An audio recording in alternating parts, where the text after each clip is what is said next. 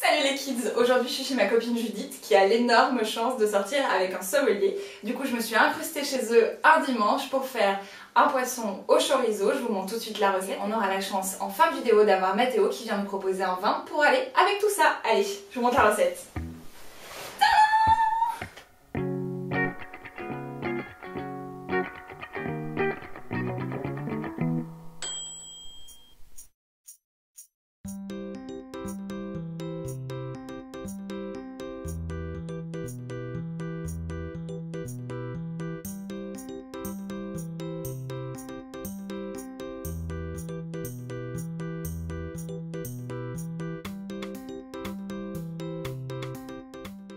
On commence par découper l'échalote en tout petits carrés et puis on va la mettre à cuire directement dans une casserole.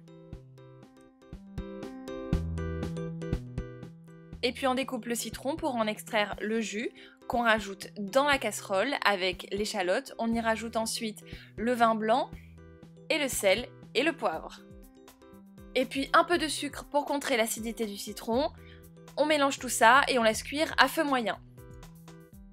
Ensuite, on découpe le beurre en petits cubes et après quelques minutes de cuisson, on va rajouter à l'échalote le beurre qu'on avait déjà découpé en cubes. Quand il est fondu, on peut rajouter la crème et remettre la sauce sur le feu.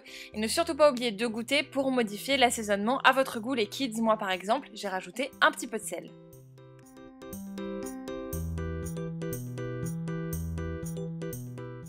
Et puis on peut découper les dos de cabillaud en 3 morceaux égaux qu'on va placer dans un plat pour le four. Ensuite on met les pommes de terre à cuire dans l'eau bouillante et attention aux éclaboussures. Et puis on met un filet d'huile sur les dos de cabillaud. On peut passer au découpage du chorizo en petites lamelles qu'on va placer sur le poisson. Et on n'oublie pas d'enlever la peau du chorizo. Ce sera meilleur à manger.